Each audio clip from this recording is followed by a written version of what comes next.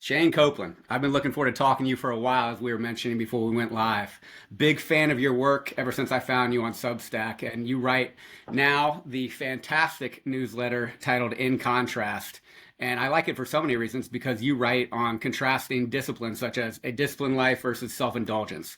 You write on contrasting nutrition in the kitchen versus physical movement outside of it, whether that is intentional or just in your lifestyle. But one of my favorite things about you is you have literally lived contrasting lives. When we think about your story, where you've been, which I would like to at least have part of this conversation be about today, some aspects of your life which were darker than others, some other aspects of your life which were extremely disciplined, maybe to a fault, which we'll talk about, which all led you to now becoming a coach for the past 5 years or more. Maybe unintentional initially, leading you to where you are now, helping people live a more healthy and fulfilling life. And your writing on this not only is refreshing because it's not influencer bullshit, but it's also extremely entertaining. You are a funny fuck. I really enjoy reading your work because not only do I learn every time, you make me laugh out loud every time I read your work. I would love to hear about kind of more of your origin story. You shared a great one recently, kind of tidbits of it, but I'd love to talk about that more today. Hell yeah, man. Well, that's one hell of an intro. And yeah, high praise indeed that I can make you laugh through the writing. I wasn't sure if any of that really landed and had the intended effect. But yeah, man, I've also been following your work for a long time. Big fan of yours. Aware we both are mutual followers, friends of Adam PT. You found me through him. Likewise, I found you through him. So I'm stoked to be here, man. Hell yeah. So tell me about your childhood. Wow, right straight into the deep end. So yeah, I grew up in a pretty poor family, north of England. Not as far north as our mutual friend Adam PT, but still north of the wall. Quiet town. There's not really much going on there. All my friends I had from that hometown have since left. There's nothing happening. It's where dreams go to die. Anyone with any aspiration flies the nest. I was a very shy, quiet kid, probably depressed. Though taking your child to therapy was not the kind of thing that was done in my household. So yeah, I was my home life growing up was pretty volatile, I would say. I had a mum who loved me very much, which I'm very grateful for. My parents would argue quite a lot. I have lots of memories of slammed doors, lots of arguments. My dad walking out on us, my dad coming back. It was just quite a turbulent time, fueled at least in part by the fact that my family was very poor and there was a lot of financial tension. I say all that to perhaps not excuse but explain what would come later, which was pretty heavy drug abuse. I was actually really academically, you could say, gifted in school until the drug use started. I was always the kids who was one of these kids that was sent off for all the extracurricular activities. I was sent to these trips, and I was one of the brightest kids in the school. And then around age 14, started experimenting with drugs. That swiftly took a downturn. And by the age of 17, I had dropped out of formal education and entered the world of work. Yes, and you alluded to this, and you've had so many fantastic posts, but you've had some bangers lately, like your last five, and your introduction or your reintroduction in many ways, because you've been writing for 14 months on Substack. You alluded to the fact that you dropped out of school at 17, and then you got into different types of work, some legal, some not so much, and then heavy drug addiction, continued poverty on your own. Tell me about that time. Yeah, so that was pretty dark. Drug use was relatively high in college anyway, but finances were limited, right? So, I was still doing illicit things to get money for drugs. I was actually doing a paper round as well. So I had ways to fund it, but I didn't have access to decent enough chunks of money that I could take it completely off the rails. And when I entered the world of work, again, very poor paying jobs where I still lived with my parents at the time. I had to pay them rent. I had to pay for all my own food, but I probably saved in the region of, let's say, £200 per month that I would otherwise have put towards renting a room. And all of that just went straight onto drugs and alcohol. I also worked in a pub. So I was surrounded by alcohol that I could steal for free. And yeah, it spiraled pretty quickly. Yeah, 17, 18 was pretty full on. Was there And any then specific detail you'd like from that time? No, thank you for sharing. Because obviously, sharing some of the darkest parts of your life, no matter the details or how specific, it's it's very beneficial and worthwhile when you can do it genuinely, honestly, and make it a learning experience for you and not forget so you can understand the extremes of life. And when we talk about in contrast, I was definitely alluding to this time in your life being the self-indulgent, as you described, hedonistic time in your life where it was pure pleasure, pure addiction. But now that you've lived that and come through it, you can understand that extreme to help you find happy mediums when it comes to not zero pleasure, which we'll talk about. I think you found that later in your life and Yeah. limitations of that as well. But it was 19 years old that you had an experience that I'm always interested on transitions in life, whether that's from dark moments, whether that's from military career to civilian life, or you name it, even from a really good spot to a poorer spot in some capacity. What was that experience that helped catapult you or maybe progressively move you towards Yeah. sobriety or some form of it? Yeah, so been getting increasingly reckless with the quantity, variety, and sheer intensity of drug use. Um, to the point that I'd resigned myself to the fact I was never trying to intentionally take it too far, but I'd resigned myself to the fact that I'm rolling the dice so often here that I'm probably going to die at some point as a result of this drug use, which at the time didn't really phase me. I was kind of like it is what it is. This is the life that I've chosen. And then, ironically, it was the first time I took psychedelics. I took LSD, and actually, it wasn't a direct. It wasn't during the trip itself that I had this realization. When I took LSD, I was at a friend's party. That started to wear off around 11 p.m., and I'm like, oh shit, now I've got no drugs, and I'm sober, and I'm at this party. And so I had this money that I was supposed to be paying my mum rent with, and I just bought whatever the hell was around, cocaine, pills, whatever I could get my hands on. Spent all this money that I should have been giving to my mum. And it wasn't until the next day when I'd found my way home that I was lying in bed. And for whatever reason, this time had a higher degree of self-awareness. And I was like, you're a piece of shit, man. This isn't just affecting you anymore. This is affecting her. While she would have very swiftly forgiven the money situation, I couldn't help but think, like, if I truly take this too far and this is how I die, it, it's going to destroy her. And it was the first time I'd really thought about it beyond myself, and that was enough to jolt me out of the severity of drug use I was engaged in. It'd be a romantic story if I just went cold turkey there. That's not at all what happened, but it was a very, very swift decrease, and marked that must have been around the time that I started cleaning up my diet, that I started exercising, and then the two just, as that improved, as my health improved, the desire to take drugs gradually just sort of faded into the background.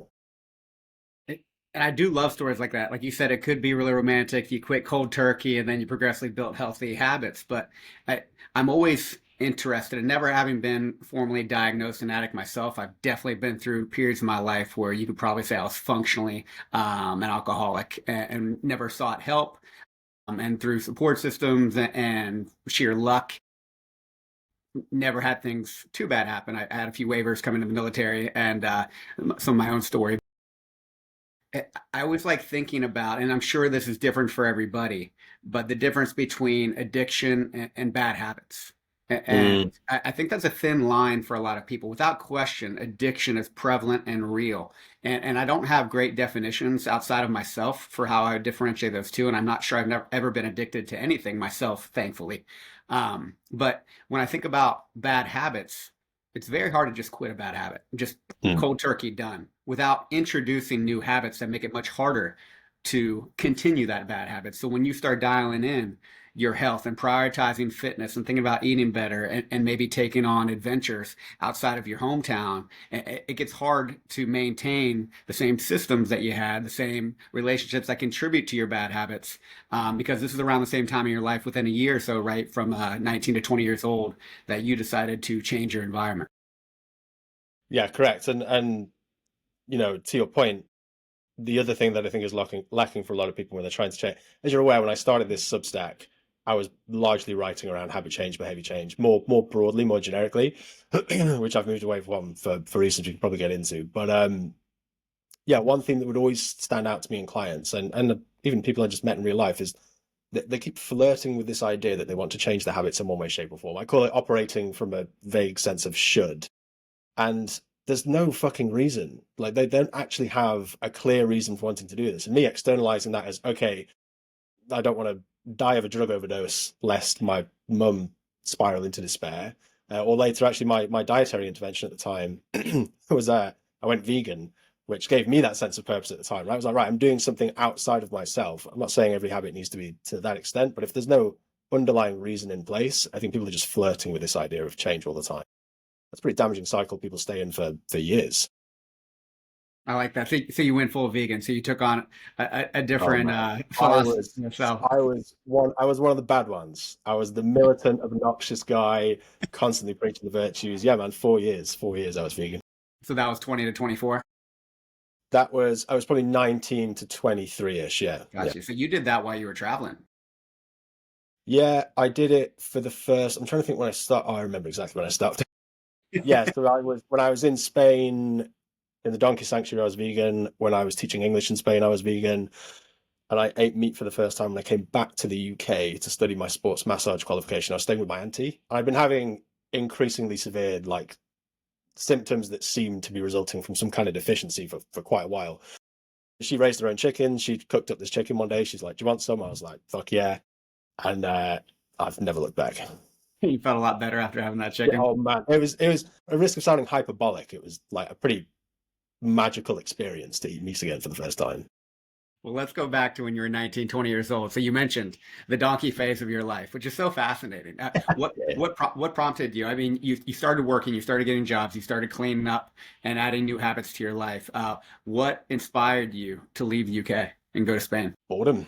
I was so I worked back when I was still taking drugs. I worked in a kitchen. I actually started to clean up whilst I was still there, but not hugely, but it was an improvement. And I went vegan whilst I was there. I remember one day I was on the grill. I was flipping steaks, and one of the waiting staff came back and was like, "Shane, someone just complimented this steak that you made. Like, it's like the best thing they've eaten." I'm like, "What the fuck am I doing with my life? Like, I'm vegan. I'm flipping these steaks in this shitty fast food joint. I'm like, this is not where I want to be." And anyway, I sought out something that I thought would feel more purposeful, and I went to work in care homes, which did feel more meaningful, but was unbearably boring for a guy in his early 20s. I can tell you that. I actually, the moment I decided to quit that, I was reading out bingo cards to this room of residents, half of whom are asleep, half of whom are barely lucid enough to really know what's going on. And I was just like, like, I need some excitement and some adventure in my life. I've cleaned myself up, but now I've got like, what am I going to do with this excess energy and this capacity? And yeah, I just felt called to do it. There's a website, Workaway. Have you heard of Workaway? I don't think so.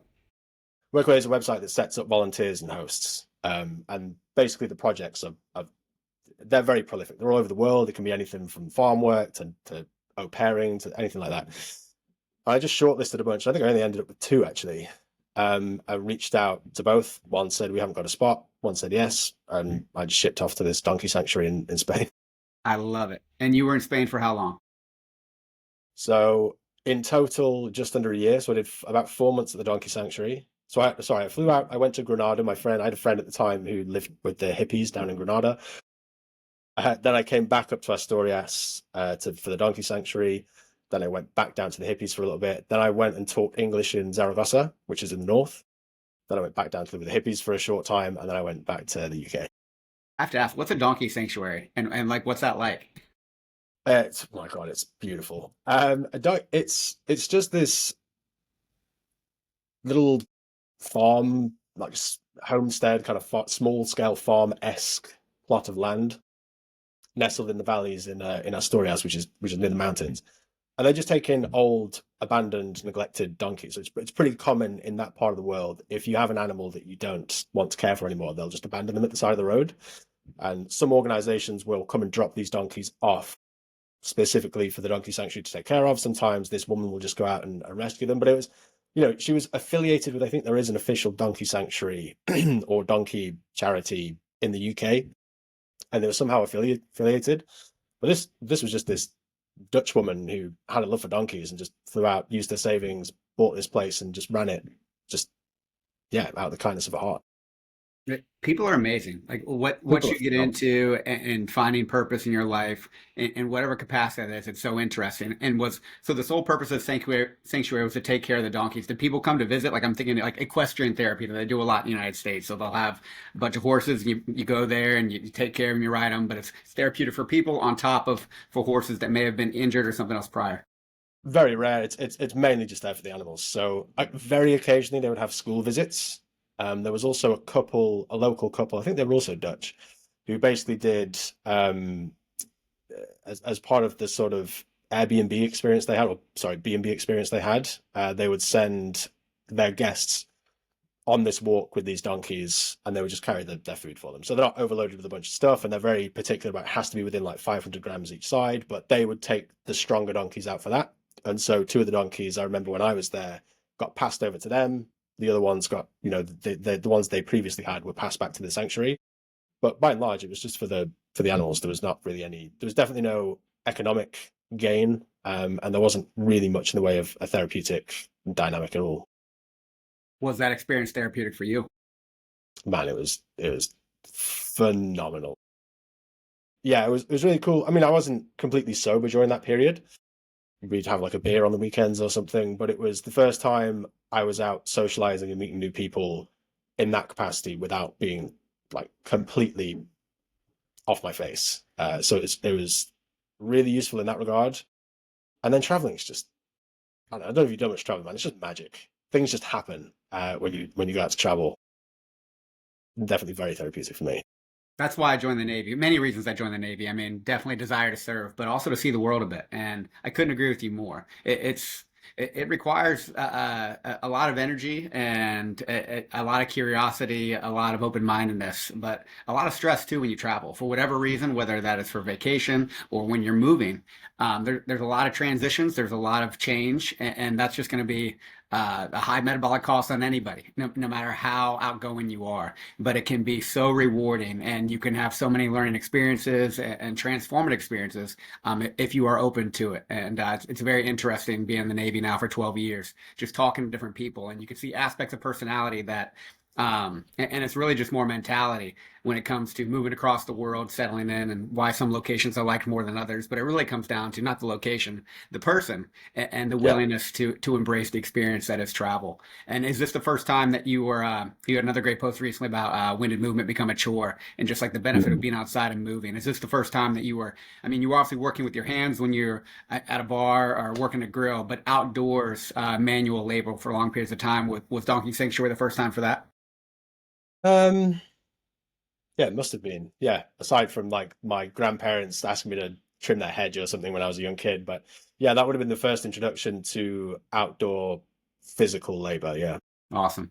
So post Spain, where did you go to next? Post Spain, I flew back to the UK to study a sports massage qualification. I can't even remember why I chose to do that and not go straight into post. I had this weird thing because I felt like I knew quite a lot about training and nutrition already because I'd immersed myself in that world so long whilst I hadn't been officially trained in it. And I'd sort of convinced myself I didn't know enough to go out and be a personal trainer. So I made the decision to study sports massage, which I knew literally nothing about, and go into that field instead. I don't know what I was thinking. So I came back, studied for the sports massage qualification, and then ended up at the volunteer project that I spent at the last, well, a decent chunk of the last 6 to 7 years at in the south in Surrey. And how did you find that, the volunteer project? Let's do Workaway again. Okay.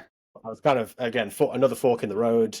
I could have gone back up to Manchester, gotten a bar job or something, whilst I tried to market myself as a masseuse. Or I found this project that explicitly stated they had a massage table at their project, and we were free to use it. We would actually be expected to give massages as part of our volunteer hours, and it was outdoor work. It was a workaway project. There's going to be outdoor landscaping and all that jazz, and I was like, that's a no brainer. Yeah, and the woman that you met through this project sounds amazing. The job sounds incredible. You have different experts coming to teach you a craft of some kind for the landscaping. So you get basically this short internship, and then you get to literally learn on the job with the skills that you've been taught to create what I imagine is an amazing place with all the different types of people that were teaching you things while you are still developing your skills as a masseuse and getting to live in a beautiful part of the world. Tell me about her and that time. Yeah, I've gotten outrageously lucky in my life. I'll have to say that at this stage. Um, but yeah, she's just I've never met anyone like this woman in my life. She's I say this with all the affection in the world. She's absolutely insane in the best possible way. Um, so she was running this project. It was her and her husband's property. He's more into this stuff now. At the time, he was kind of like, "What are all these people doing in my house?" They didn't really understand the whole volunteer dynamic. So anyway, I went there as a volunteer. Initially, actually, they didn't really like me. I was quite shy and reserved, and they couldn't really get a sense of me. My friend who's staying with me at the moment, who I mentioned in the post, is my friend who runs workshops, was there at the time, and she was the one who put in a good word. Like, this guy's switched on, just give him a bit of time.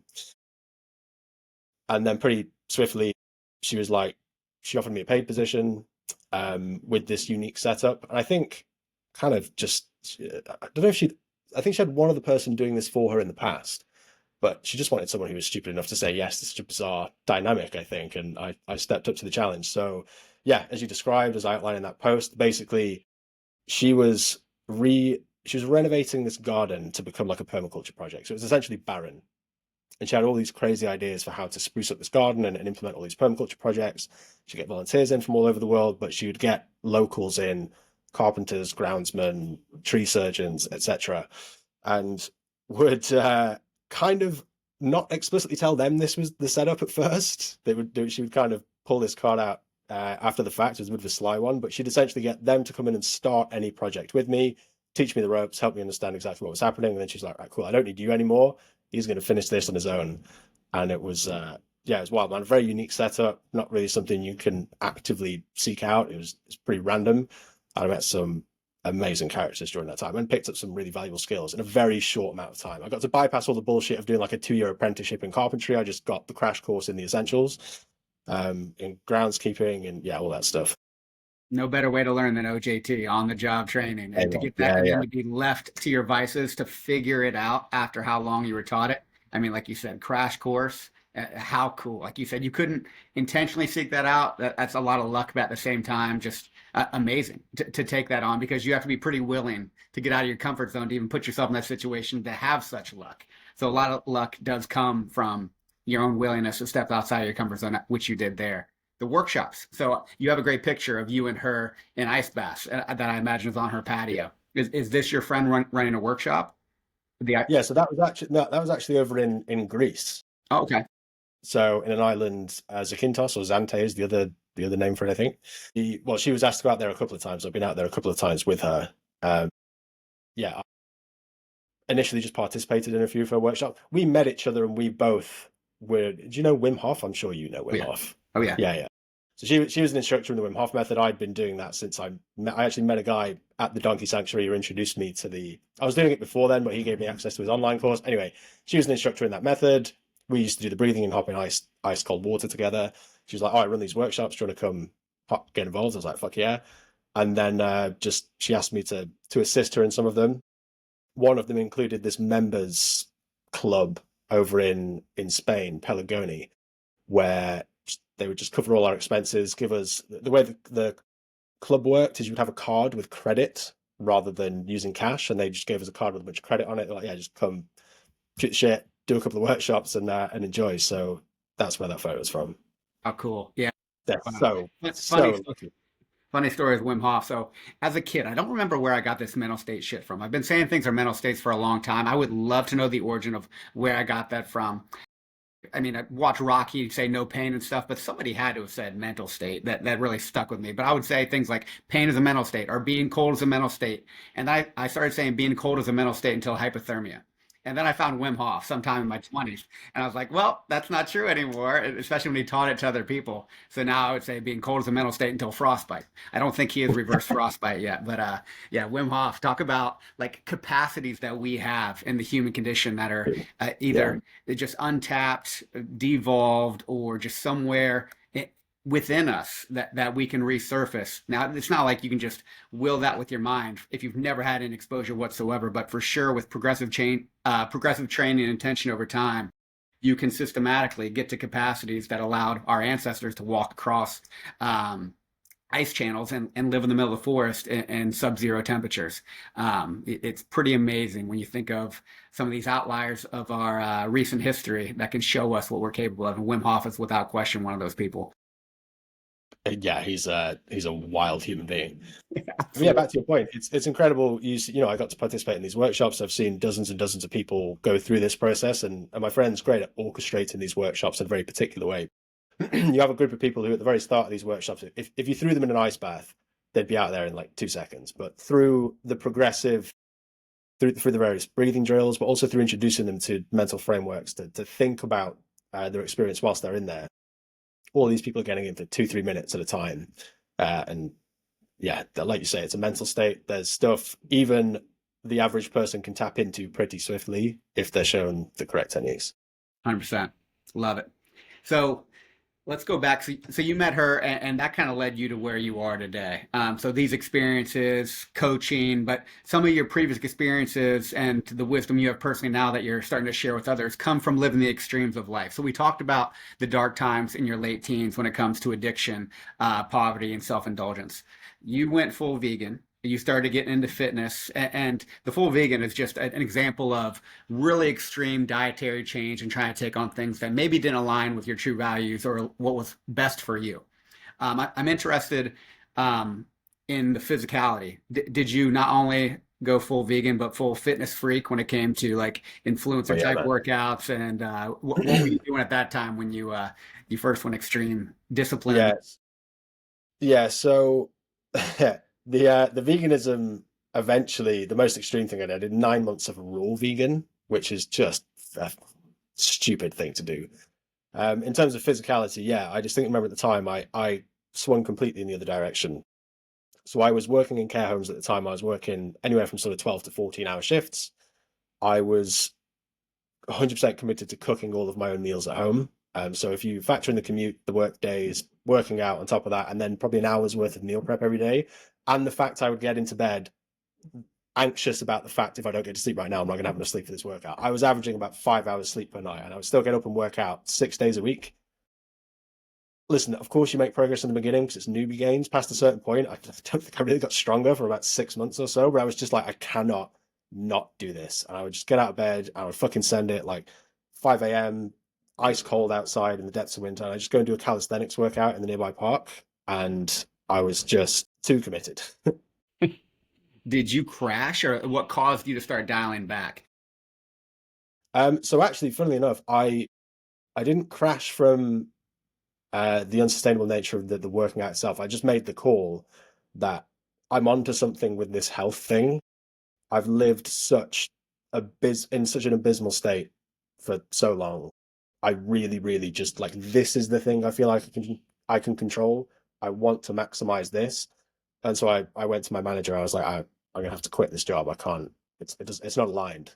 Fortunately, so I go in there. I'm terrified of doing this. By the way, I'm like shaking. I'm so nervous about telling her I'm going to leave. And she's like, you can just drop down to a 0 hour contract and just do half days. And I was like, why didn't you tell me this sooner?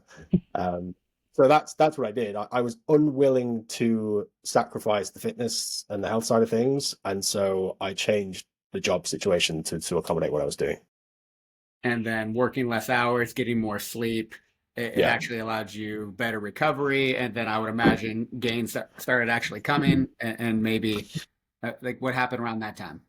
Yeah, it improved for sure, but that was kind of what shone a light on the fact that veganism wasn't really working for me because even after I was getting enough sleep, all the other stars were aligned in terms of I didn't have that much stress going on outside of work, so on and so forth. Actually, maybe we'll come back to this. Slight side note, I haven't written about this yet. During this, I always forget this happened. A friend of mine and I almost started a vegan cafe. So I did have this like side quest going on, but for the most part, stress was quite low. I had enough time to sleep. I was eating enough food, but that's when the first symptoms really started to show up of like brain fog, fatigue, low libido. That no matter what else I did, or taking all the right supplements and eating the way you're quote supposed to as a vegan, at least as I understood it at the time, yeah, I just wasn't feeling great. What does raw vegan mean? Raw vegan is exactly what it sounds like, Kyle. It means you don't eat any cooked food That's what I whatsoever. that's what I It's assumed. So it's fucking wild. So yeah, it's like a lot of, and I would do this myself because I was so committed to. Well, also it's impossible to find this, I imagine, in the shop. I would sprout my own chickpeas and lentils and things in a metal dish in my wardrobe. Um, yeah, it's just straight up just raw food. yeah, so raw food, but then taking supplements as well with that to Yeah, so at that time I was taking all the basics you're supposed to take, it's like K2, vitamin D in the winter, an omega-3 supplement, and iron. Oh, and B12. Yeah. so you started having symptoms, you had some good chicken and felt a lot better. Then Mm. that change that did you go any other directions when it came to nutrition after you Oh, yeah, of course I did. Of course I did. what else did So you I do? went into, yeah, so then I went all, so this is why, if you saw uh my results from training, given the amount of time I've been training, frankly, they're just terrible. So I spent so long eating just like an absolute idiot. So bear in mind, this was just, let me think of the timeline here. Yeah, so this was just before I moved into the landscaping role. I went like paleo bro, low carb, keto. I was in that world for a long time. But bear in mind, I've now got this very physical job. So I'm burning a lot of fuel and I'm just determined to consume as little carbohydrate as possible. So yeah, I took it pretty extreme. I carnivore for a while even. I just couldn't just eat like a sensible, normal human being. It always had to be some kind of extreme fringe thing. You've touched on all the nutrition religions then it sounds like. I've done it all, man. Yeah, done it all. But best way to learn is through experience, whether that is for good or for ill. And you can you get a lot of wisdom from that. You can read about it, but people get interested. And no better time to learn than your 20s because you are For sure. 29 years young, and it's so interesting to think about the different lives that you've lived already. But that allows you to better appreciate the nuance and the balance that you can find between the two because just as bad as addiction and self-indulgence can be extreme rigidity in your life, whether that is in the kitchen, when it comes to your fitness. I mean, there are many examples, maybe just as many. I'm just pulling this out of my ass. I don't know. But people that get so obsessed with being healthy that they limit their lifestyles, maybe to a certain extent that you can in the same way of an addictive lifestyle with you name the substance or you name whatever. It's a different type of addiction that limits Yeah. Amen. fulfillment, limits connection, limits your ability to live to your respective fullest. Yeah, that was exactly what I was going to say. It's a different kind of addiction. It's a more socially accepted one. Yeah, we can argue which one's more harmful and how exactly that shows up, but for sure, it's kind of a compulsive way of behaving, and it can be just as harmful. Just the word you use is exactly the word I used to describe this. It's limiting, and it just constricts your world, and that's kind of the opposite of this philosophy that I've landed on recently. Yeah. And so when did you start pulling it all together? I would assume it's around the time maybe you started coaching, maybe not. So you've been coaching at more than 5 years because you work with friends. You probably had acquaintances as you were traveling. When did you start kind of I know in contrast is a new name for your writing. It was behavioral engineer before, but this philosophy is not new. Even your writing now, Yeah. it's still entertaining. There's still a lot of the same colors. It's just more specific to the areas that you are a coach in. When did the coaching philosophy that you currently have start taking hold? Yeah, so I suppose the my coaching philosophy initially was defined by aversion to these extreme fringe approaches. I was trying to think when I was working on the gym floor as a personal trainer, I was still doing the low carb thing, but I was not trying to preach it to other people. It was just like, this is my preference. I actually think this thing might be better for you in your situation. So I was not trying to, I wasn't as dogmatic about it at that time. It's funny, again, this friend who's here with me right now, the friend who does the workshops, the time I started to chill out with this, I remember going to her. I asked her, I was something like, well, it was like a vitamin D supplement or something. I was like, if I take this now, will it break my fast? And she just looked at me and she's like, Shane, for fuck's sake, man. And I was like, yeah, you've got a point. so yeah, I started to chill out on that whole thing, and really, yeah, my coaching philosophy initially was just based around not going so extreme with whatever it is you're doing. The whole contrast thing came in the last sort of couple. As you say, it's been a recurrent theme for a long time. I just hadn't put words to it. Um, but I just back to this word limiting what you're experiencing. Personally, I just want to live as rich, as vibrant a life as possible whilst I'm alive, and I find that both sheer hedonism, reckless hedonism, and like hyper discipline are just incompatible with that. They neither allow for that. And so it's not really about either or even a prescribed quantity of each. It's always under this question of what opens up the most opportunity, what feels the most vivid, what feels the most rich. And I'm trying to optimize for that. I love it. And your writing has been such a great reminder for me because I also like to operate on the edges and explore kind of capacities. And I've definitely, whether that is through fasting, through different types of cold or heat exposure, or strict discipline when it came to some of the physical pursuits I've done in my past, would get some pretty aggressive training schedules created, whether that was jiu-jitsu in the gym, you name it. And I have 4 kids, full-time job.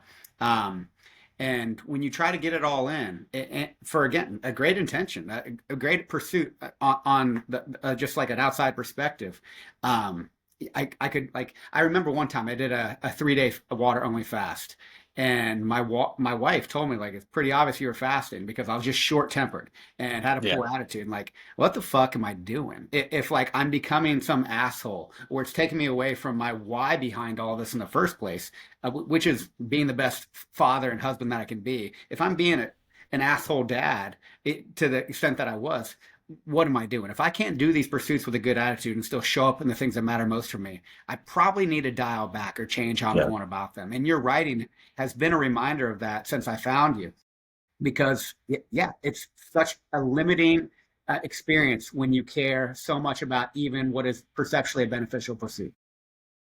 Yeah. This is why I'm hesitant to talk on the topic of values because I'm aware there's so much sort of like self-help content around finding your values. A lot of it like it doesn't really, it's just kind of useless. But I do like it as a concept, and this is where I think it's more useful to think in terms of acting in alignment with values rather than doggedly pursuing a goal. Because if you just put the blinkers on and you're like, I'm going to do this X amount of times per week, or I'm going to train for this race or whatever, yeah, you're right. You run into a situation like you've had where you're hyper disciplined, you're hyper committed, and that's a really valuable trait in the right circumstance. But not if it's then to the detriment of your family, your kids. You know, it's not the most useful lens to view things through. I don't think.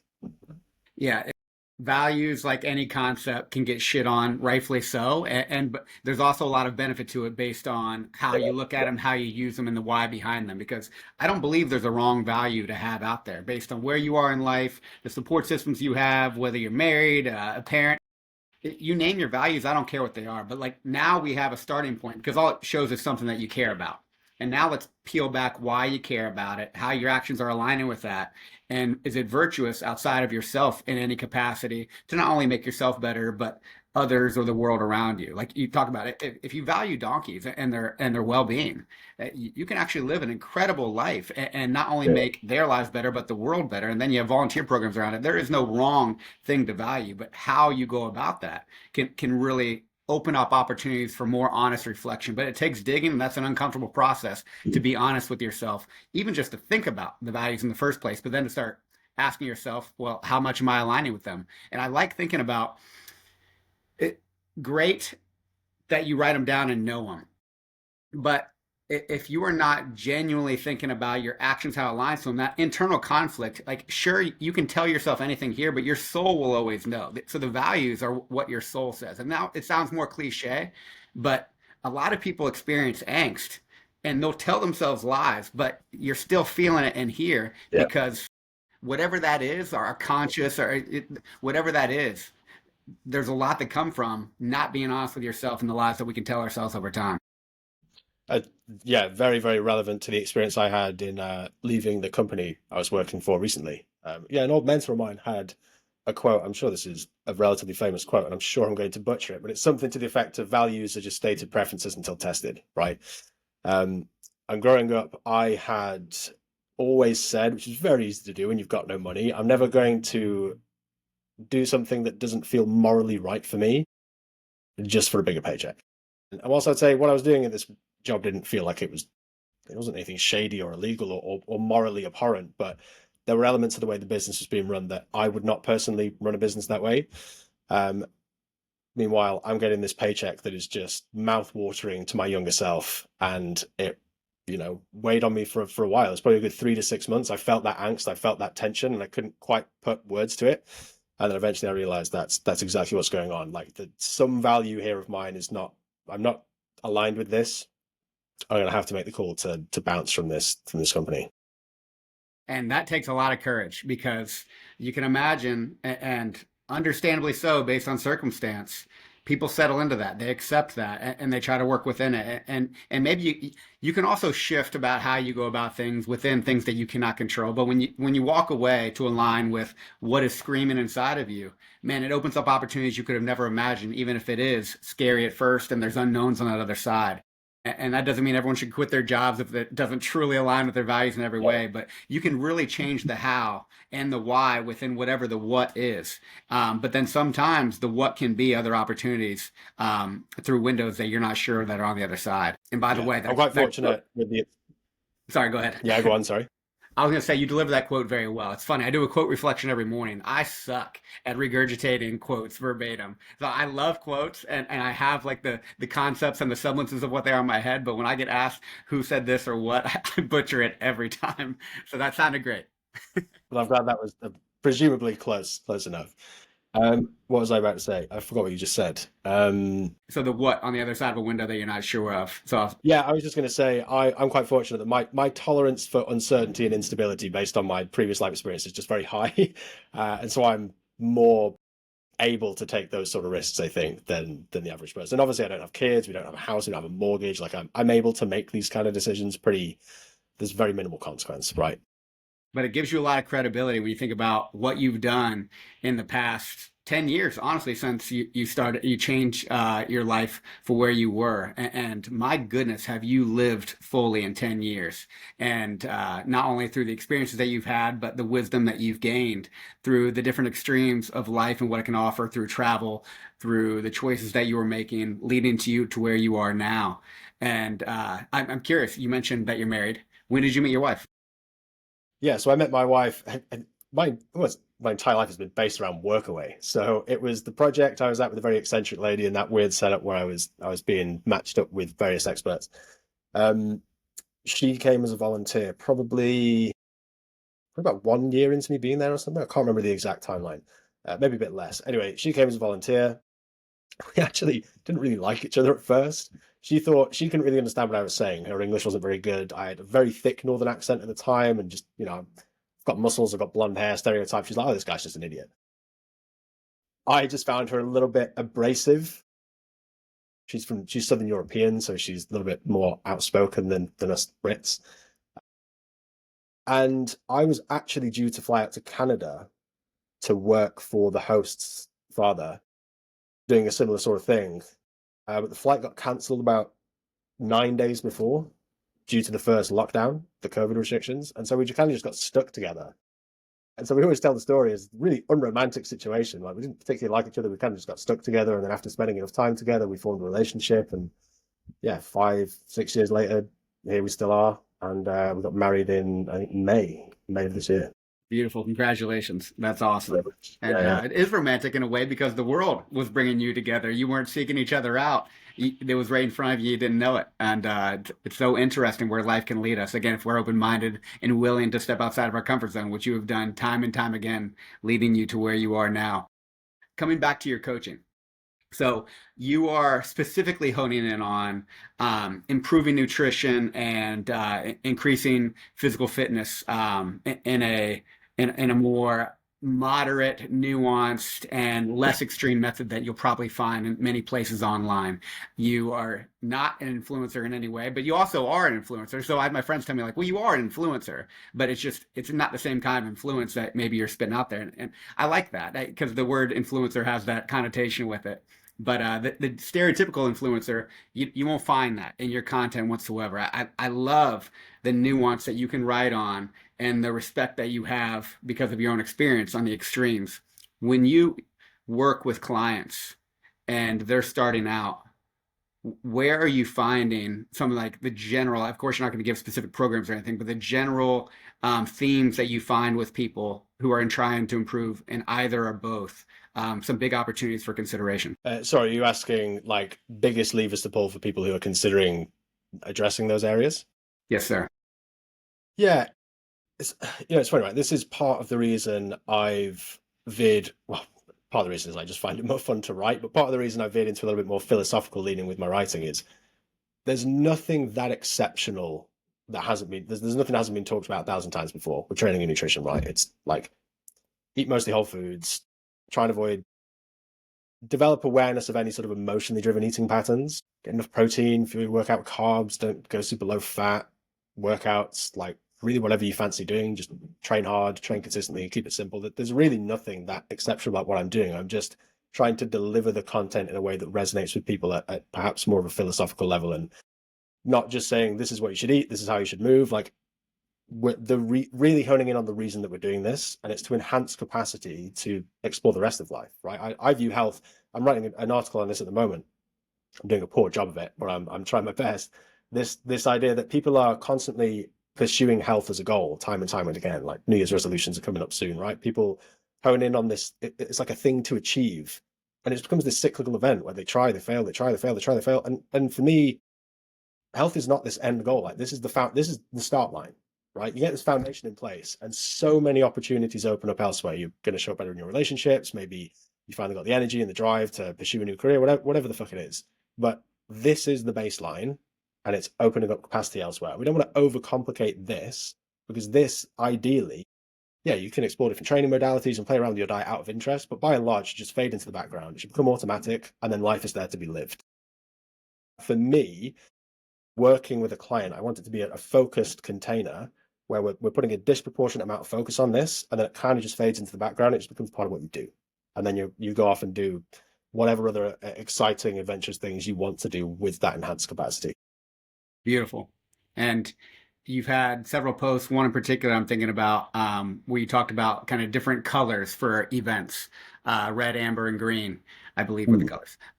But you use one of my favorite words in this post several times, but just intentionality and a little bit of foresight about what you're doing and why, because you're not trying to limit anyone's life. It's not going full rigid. Nope, I don't eat carbs anymore. Fill in the blank. No, no, live your life and take on these experiences, but you can prepare accordingly so you can still align with, in this case, your value of wanting to eat a little bit better, and then just recognize it for what it is and operate within it. So you can still have that capacity socially, spiritually, you name it, and physically, and live your life. When it comes to, what was I trying to say there with the red, green, and amber? Is that a system that you learned elsewhere when it comes to just thinking about events in general, or where'd you get that from? Yeah, so kind of as I try and explain in this post, is used, yeah, spot on. The word's intentionality, right? We want to develop better self-awareness and intentionality with choices. And I almost hesitate to use these frameworks. At times I question myself as to whether they're too contrived, but I think they're useful in that they simplify the process of thinking about these things for a time. And then it gets a little bit more nuanced and you can just apply more intuition, I would say, perhaps. But yeah, that was a framework I picked up in the company I worked for before, but I refined it and fleshed it out. Um, and yeah, it's just based around, again, this is just one way you can be more intentional with your eating habits versus I'm on a diet, I'm trying to be good, or I'm going out for a meal, I'm just going to kick the ass out of eating everything in sight and then get back on it later. Where rather than labeling foods as good or bad, or saying certain foods should be eaten or certain foods shouldn't, or you should go out for meals or you should avoid it during this time. It's like, what are you trying to achieve with this event? Like, is it some shitty work event where there's just these beige sandwiches on the table that taste like crap? Like, yeah, go the extra mile, eat something before you go. Just don't indulge in this shite that's going to make you feel awful. Is it a wedding in Italy or some shit? Like, just go for it. Like, life's for living. Just go and do that thing, and then everything in between, right? So we're just the red, amber, green just applies. It helps categorize things, but again, it is a little bit contrived, and the intention is always to branch out and be a little bit more intuitive with that after the fact. The simplification is so helpful though, because I think a lot of the barriers to entry for fitness or nutrition programs is one, just starting it. And then once you start it, actually continuing to do it and integrate into your lifestyle. Anybody can suck it up and get after something for 6 weeks, whether that's the fad diet, whether that's the workout program. And a lot of these programs, the six pack abs in 6 seconds, whatever the fuck the ones are these days. Yeah. um, they're always trying to make that barrier to entry to start and the payment up front as appetizing as possible, pun intended. So when you simplify and make the entry to start straightforward, but then to continue, simplified systems that are tailored to the individual. That's where you find the best coaches. So it requires understanding the person, kind of what's needed initially. And again, this is what you write on so well because you are good at simplifying. And I can imagine that you translate it directly to your clients when it comes to what are their individual needs, what's their current lifestyle, and how can we use general concepts like your color coding system for events to integrate into their life in a very appetizing way. Yeah. My intention's always to try, and I'm pretty upfront with this about this with clients from the get-go, is that if you just want a plug and play system, like that's not really what I want to deliver. I very specific the kind of person I'm working with. They're sort of beginner to intermediate in the world of fitness. And my intention is that after, let's say, 6 to 12 months of working with me, like, you understand these principles well enough to do it all yourself. If you just want me to write all your workouts for you and you just want to show up and do the thing, like, that's not what you're getting. Yeah. And some of my favorite coaches and leaders in many ways are coaches that try to coach themselves out of a job, or leaders that try to lead themselves out of a position. So train their individuals so well that you're not needed after a certain amount of time. And of course, that's not financially responsible if you want to keep a client forever. But morally, I mean, is that not the goal? How do we help people take discipline and make it self-discipline? Take any skill and make it their own. And it won't be exactly the way Shane does it, but it'll be tailored to them so they can make it their own. My favorite Bruce Lee quote, one that I am good at regurgitating: absorb what is useful, discard what is not, and then make what is uniquely your own. And that's true of so many things. And the good teachers really embrace that. So, like, what are the things that you can make your own wisdom? Knowledge is fantastic. How do you create your own wisdom through the experience? Yeah, 100%. Yeah. So I was going to say that you were taking on new clients because you were giving out some free ones for the month of December, but that's awesome that you filled up already. But I know you have more things coming for 2026. Any plans on the horizon when it comes to your coaching systems around it and potential access for other individuals? Yeah, so I'll be opening up slots of coaching again in January. Kind of, again, in theme with this contrast philosophy and just what life experience has shown me I enjoy. Hilariously, that lady that I worked for is buying a new house, and she wants to do a very similar thing to that property. And she reached out to me recently, and she's like, I know you're doing this coaching thing, but if you want, like, we'd love to have you to do a couple of days a week or part-time hours here. But I know you've got this coaching thing. And I was like, fucking sign me up. So I have no intention of building some huge coaching empire. Coaching will always be the bread and butter. It's where my passion lies. But what I found over the last sort of 6 to 12 months or more is that I can't do sitting at a desk for, even with a walking pad standing at my desk, I can't do more than 4 to 6 hours a day, or I just go insane. So yeah, I'll be taking on more clients in January, but in terms of longer term, what it looks like for me, I like an intimate coaching practice, very intensive when I work with clients one-to-one, 10 to 15 clients max. And then on the side, I'll be doing farm work, landscaping, that kind of jam. So cool. And another reason why I love your content is the credibility you have. You're living it. You're not just preaching it, you're living it. So the nuance that you talk about and you write on, it's through experience, through where you've gotten to now, and then you're sharing it through your writing. It's funny. So one of my favorite podcasts I've ever listened to is actually with you and our friend Adam PT. So I knew both of you already. I was following your accounts, but you interviewed Adam so he could share his story, his experiences with addiction, finding choice theory. It was such a powerful conversation. So it was very fun you guided that conversation so well. Adam, as always, both in his writing and his explanations, he's so thoughtful in his words, and just a powerful conversation when you think about both your stories and where you are now and what you guys are spreading. But what I really enjoyed too was, you're a great looking guy. You've shared a few of your pictures online, but you haven't shared that many pictures of yourself. You're very humble, so you wouldn't know how much you get after it or how jacked you are. But you shared a picture of you and Adam when you guys met up. And Adam, of course, is a grizzly bear Viking.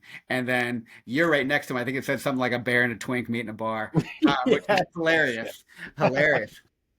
But So you got to see how big you are as well. I But will. I will just say there, as I said in the comment that post, I did nail the angle. I've done some kind of selfie video, and I was saying this to Adam, and he commented on how big my arms are. I have cartoonishly large arms compared to the rest of my body, which isn't the best look to go for. But yeah, Adam is legitimately a beast of a human.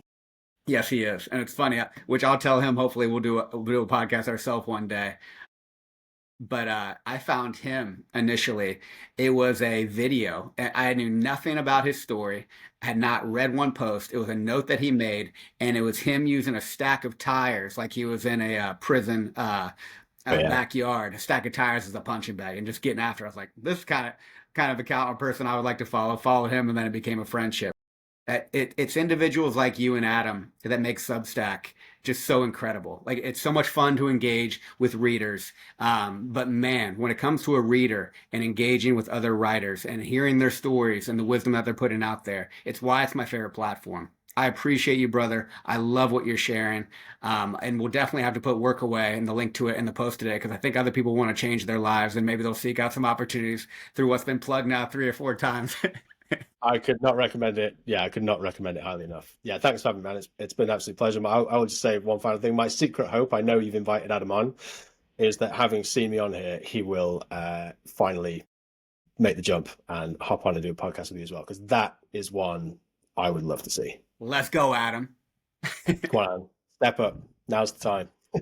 Take care, brother. Talk soon. Thank you very Cheers, much. This Carl. was awesome. That's it. Likewise. All right.